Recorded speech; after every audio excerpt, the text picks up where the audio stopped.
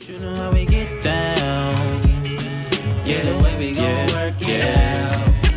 I am Pastor Julius, and this is my lovely wife, Lady Ashante. and we got some really good information that we want to share with you guys called Let's Make Marriage Great Again. A discussion is called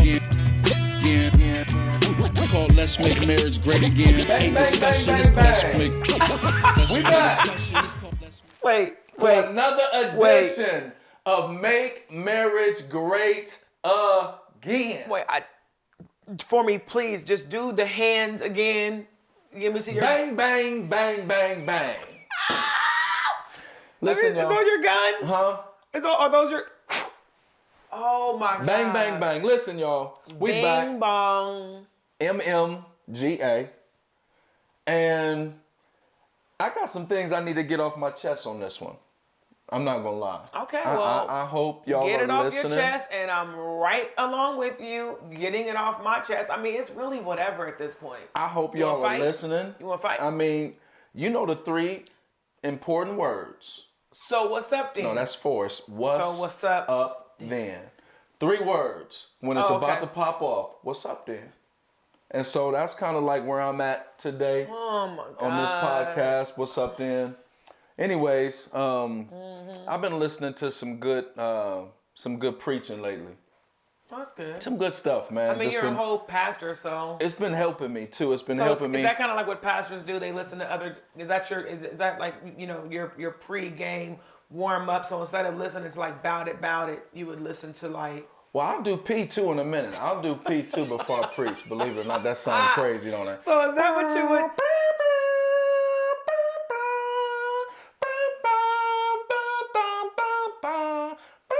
Stop. That's enough. Listen, but I like to listen to other people bring the gospel because there's some amazing voices out there. Like it is. There's some amazing voices. So you get like you get encouragement. Yes, And words. tips on Tips. how they deliver and things of that nature. I'm trying to be better. Okay. So absolutely, man. That's fair. I love to listen to Stephen Furtick. Yeah. That's my guy. I love Furtick. Of course, Jakes. Love Jakes. Yeah. And honestly, man, I've been on Joel Tubman lately. Oh, He- Bishop Joel. Yeah. He's amazing. And of course, Pastor Michael Todd. Whoa. What happened? I mean. Are you still on that? I mean. Are you still on I that? just can't. First of all, okay. Yeah. Every pastor misses. I would say They that. do. Every human misses. They miss. Whether you're an entertainer, whether you're an actor, whatever. We're imperfect. You miss. We're imperfect. I think what happens is when your platform is so big, Mm-hmm. you'll miss. Everybody sees you'll miss. I mean, true. And Mike Todd is a great man. He does unbelievable things. I think Homeboy raised $7 million. gave away $7 million for his Crazy Faith campaign. The giveaway. So I can't take anything from him. He Right. just missed. So what she's talking about, y'all, is I guess Oh, they know. they know he was utilizing an illustration. He He's hucked and bucked Yeah. some spit. yeah, he does illustrations a lot. He's He does. good at That it. is his preaching style And for sure. so this time he was talking about the time that Jesus spit on the man's eyes, and so Keyword Jesus. he spit in his palm of his hand, and he wiped But it on didn't Jesus mix the it with mud? gentleman's eyes. Pause. and- Didn't Jesus mix it with mud? Regardless, Okay. he did that, and so, So even the Christos himself wouldn't just Yeah. put straight spit on somebody's eyeballs. people were saying he got carried away. My Lord. He came in, he apologized. He said, "I got carried away. I crossed the And I line." loved his apology because he flat out apologized. He didn't try to Justify it, rationalize explain it away. He was like, yo, it was disgusting. So, no, big ups to Pastor Yeah. Mike Todd. Again, you miss, and I think in this cancel culture, what happens is when you miss, people want to take everything that you've done away from you. Yeah. Nah, you can't do that. Now, this is totally probably going to get some emails sent in, but they did the same thing to Bill Cosby. So, like, all of the amazing, great things that Bill Cosby did for See how you do? I didn't say anything. I'm just saying, all of the money he's given to HBCUs, everything that he's done in his community, I mean, all of those things were then taken away for what he had done. And my thing is, that doesn't take away for all the things that he did. Yes, he should not have done that. Yes, he's Bill Cosby. Yes, he, did this. Bill Cosby. That's what they call him. Oh my God. But my thing is, like, at what point, like, okay, yes, everybody is flawed. Everybody's going to fall short. Everybody's going to do something foul. So do you automatically lose everything that you've done great? I mean, I think unfortunately that's up to the people who are witnessing what happened. You have some people who are able to look at that situation and be like, nah, I'm absolutely not about to discredit what he has done. And then you have other people who are like, I don't care what he did. Because he did that, I'm about to just really not pay attention to anything else he done. We can't control people's responses. Then if you're going to forget everything I did, run me my money back. I mean, maybe. I mean, whatever. Run me the millions of dollars that were good enough. Yeah. But y'all not giving the money back. Well, that's to the people who he gave the money to. I'm talking about just your average, everyday person. Well, no, that's what I'm talking about. Had a thought process because about the Bill. campuses took his names off, and they took his name off of buildings, and they did all of that. Then give me the money back. But I'm talking about your everyday person who had a thought process of Bill, who now, because of all of that, is like, I don't care what all good you did, Bill. In my eyes, you're a vile person. I don't care. And then there are some people who like, I mean, I still like the Cosby Show. I was gonna say, Cosby Show, hands down, is still one of my favorite TV shows. He was still America's TV's dad. It is what it is. Is R. Kelly still the king of R&B is the question. I don't think you can ever take it from him. That's what I'm saying. Like his book and catalog of music, it doesn't just go away. It does not. It does not go away. But what he did. No, you cannot take away. Am I justified in saying I absolutely don't care what R. Kelly has done because he's done this? This is so crazy that it erases all of that. For me, no, because you can't erase tangible things. These are tangible things. We're talking about music that will live on forever, TV that will live on forever. You see buildings that will be on forever. These are tangible things. No, you can't take them things away. All right. I mean, Mike Todd gave away $7 million. Those lives that were affected were not affected by that spit. No. They was affected by that money he gave. And no other misses that he will have because he's a flawed man. Because he's flawed. He's human. It won't change that either. So I hate cancel culture with a passion because it's driven by a bunch of nobodies that don't have anything but a bunch of opinions. But is there anybody that should be canceled? Canceled? Yeah. Canceled? Canceled. Done. Zilch. Out of here. Nada. Nothing. Jesus don't cancel nobody. Get biblical. I would have to say no. Get biblical then. No, because we all deserve to be canceled. Let's be clear. All get biblical. I'm with all of us deserve to be canceled.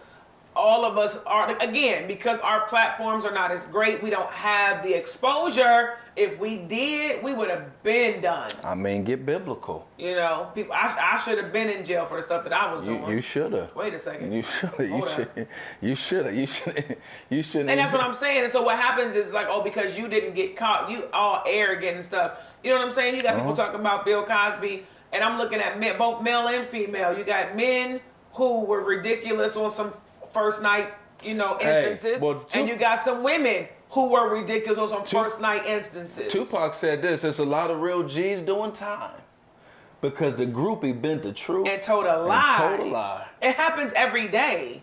So I mean, I don't know. It happens every day. So no, I don't believe in canceling, man. I believe that we have to operate with grace and understanding and empathy. I do believe that there's probably some things that need to be.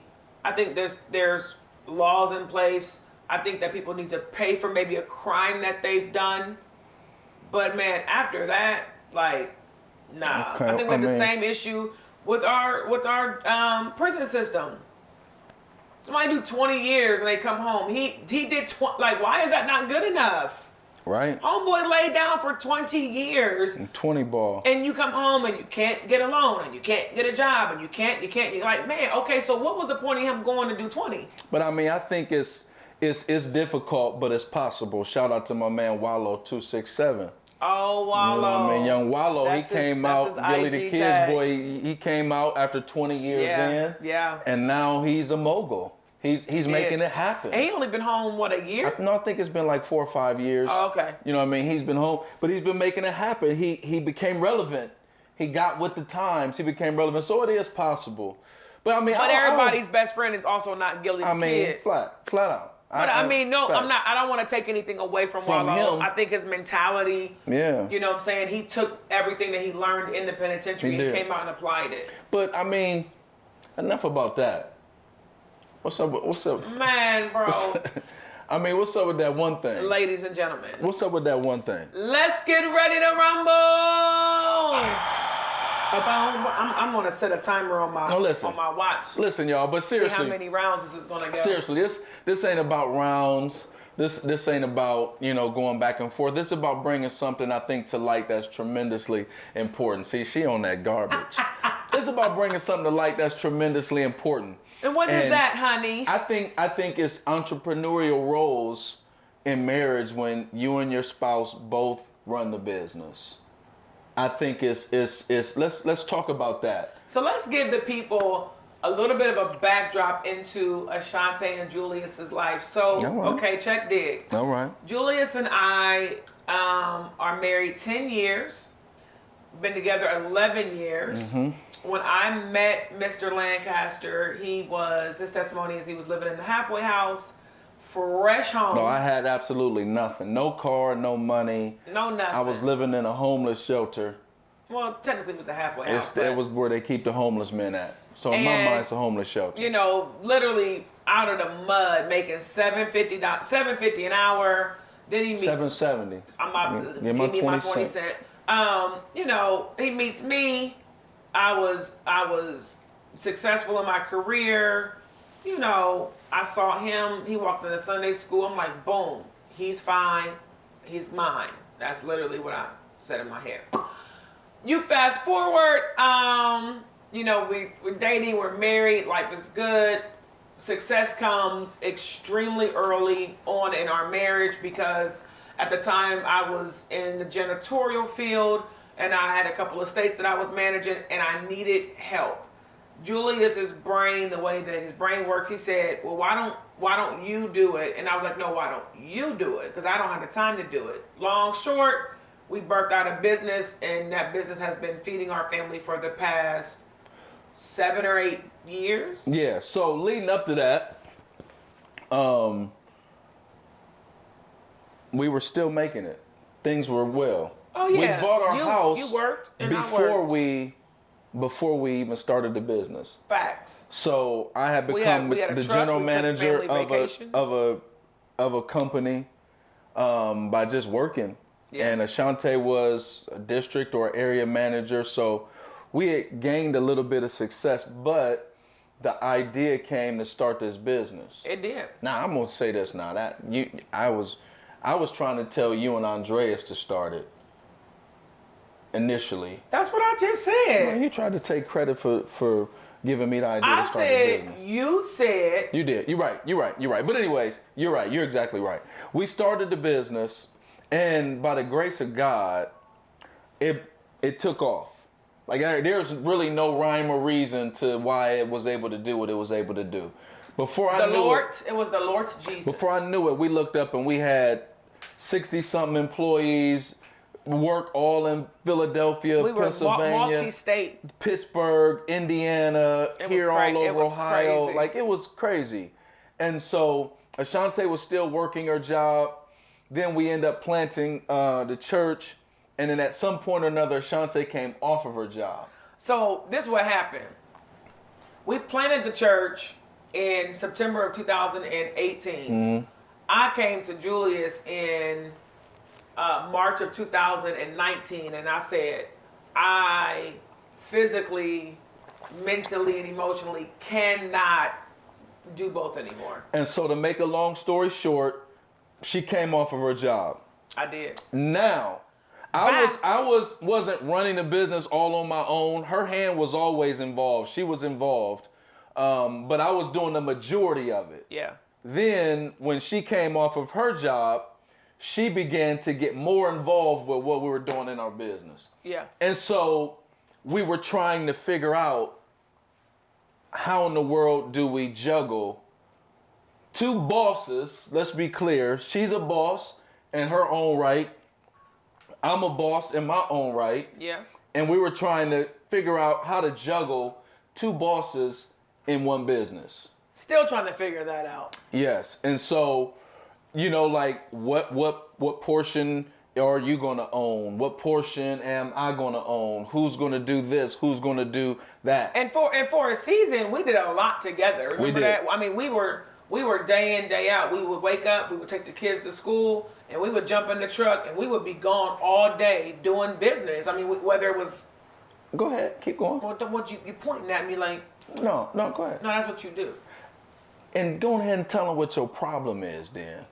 See, that's what you couldn't wait to do? I couldn't wait to get that out. I couldn't wait to get that out. Tell them what your problem is. So now y'all get to see what I have to go through. Now that the cameras are here, y'all get to see. Lord So y'all couldn't see before, but now that the cameras are rolling, this is the stuff that I have to deal with. I'm saying come forth. You interrupted my thought to get yours out. I apologize. See, one thing y'all gonna see is I get stuff wrong, but my motto is if you get it wrong, what's the rest of it?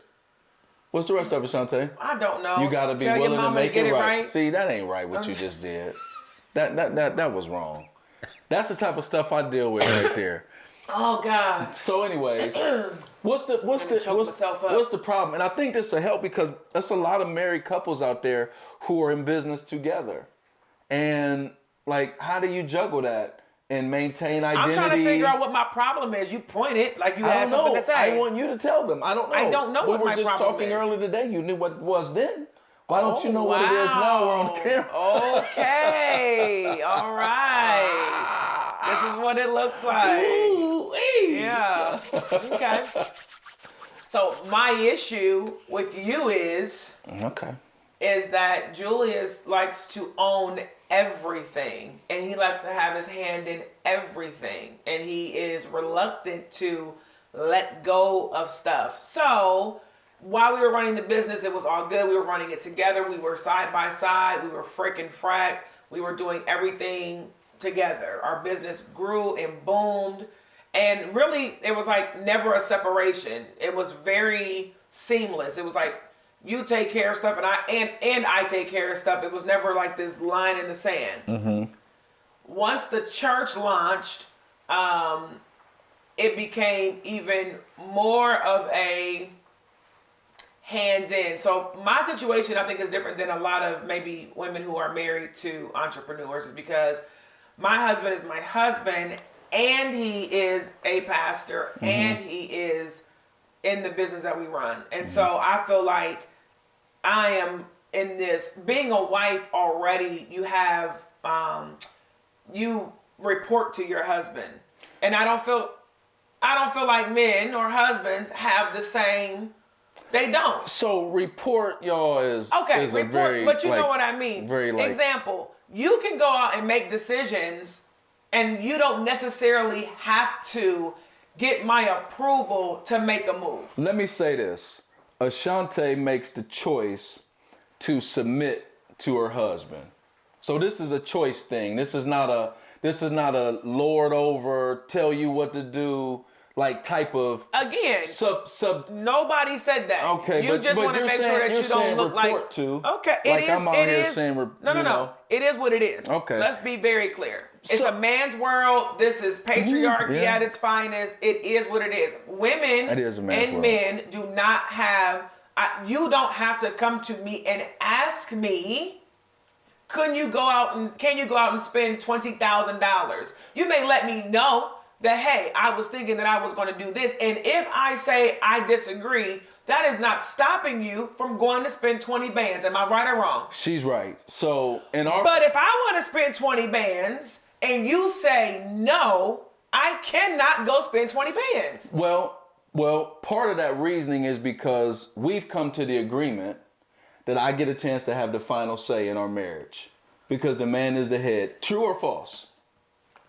See, See, she don't want to tell the truth. Is that true or false? I believe that the husband should submit to the wife. Just like the wife submits to the No. husband. Is that true or false what I asked you? Did we come to that conclusion? I think I'm regretting my decision. So listen, y'all. So I will say this. For the most part, we do pretty well. We do bump heads from time to time. For the most part, I do tell Ashante things that's going on. And a lot of times I do take her advice. One thing I didn't on, and it caused some friction, is this truck that we just purchased. Oh. So I wanted to get into the trucking business. My Lord Jesus. And I spent $40,000 on a truck. Yeah. And Ashante was saying, don't spend that money for a number of different reasons. And so, of course, with any business, it takes a minute for things to get rolling and for stuff to happen.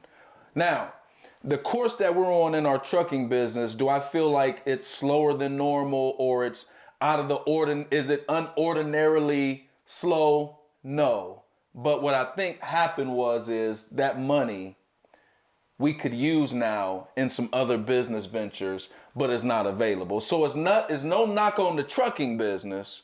It's more a knock on, because it's not bringing in profit now, that money that was spent on that truck could probably be better suiting us in this moment. What is a knock on? It's a knock on your wife knowing who you are and knowing how you operate. So I am a preventative person. Julius is more of a, if you will, I'm more of a risk taker, even reactive. In the face of some what could be red flags. I say reactive. So I look at it, he brings me a situation and I look at the situation and I go, hey, X, Y, and Z may happen. Maybe we should wait. He's like, no, let's do it.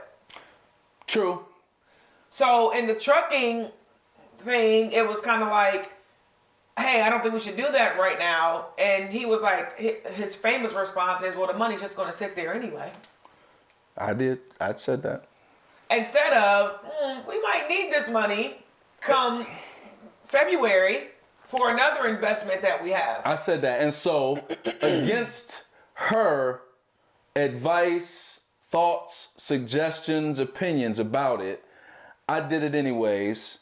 And so now we're in a situation where we're fully engulfed in the business, and it's making money. It's not, I feel like our money could be better suiting us now if I had that to do something else. There's no ROI. So, but we're not in the black. No. And so it's just doing business as normal. So in the entrepreneurial marriage. Right. This is the point of it all. At what point does the husband say, correct, you are right and we're not going to do that? And my argument is, I just don't feel like women, and maybe that's just our marriage. We may have some entrepreneurs who are out there married and the husband's like, nah, she runs that. Well, and here's the deal. So the reason why I made that decision is because the projections were great. What we could do, how fast money could be made was great. So when we got into it, of course, like normal, like a lot of times, not gonna say like normal, but like a lot of the times, it didn't pan out like that. So I took a risk. But one of the reasons why I took a risk, y'all, is because honestly, like normally when we do business, it does pretty good. So I'm looking at our commercial cleaning business, how fast it was able to go. I'm looking at some opportunities I've had in real estate to be able to make moves. Which are all things I felt like we knew about. We knew about commercial cleaning because I've been in it since I was 22. We knew about real estate because you had already owned real estate. You know what I mean? Yeah. So we were successful in the areas that we had already experienced success in. But it was still a risk nonetheless. It was. But at the bottom of this conversation is Ashante was not going to be able to go and spend $40,000 on an investment and say, basically, just trust that it's going to be okay. Yeah. I mean, I think you probably could be right there, just to be honest. But it's the roles in entrepreneurship as far as like, how does that go? How does two bosses?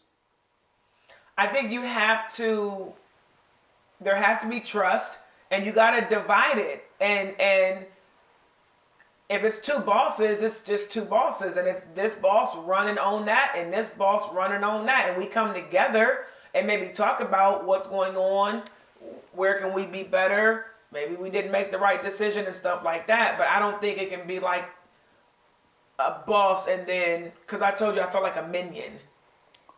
And I said That was basically you're just telling me what to do in church and the business at home. I'm just basically being told what to do. I'm just going to go do it. And I said that was a you thing that you needed to work through. No accountability. No. I can't wait to have an episode about accountability. Because that's not the case. It is. And so because that's not the case, that's not my intention. That's not what I'm doing. That's how you're receiving it. No, you think that you're not. And I'm telling you that you are. Well, I mean, you are communicating it in the way that it's like, go do this and go get the mop bucket. No, I got this saying in our business to where like I do my best to give everybody an opportunity to show leadership capabilities. And when you don't, he tells you to go get the mop bucket. When I've given you ample opportunities, then it's just, well, I need you to go get the mop bucket then.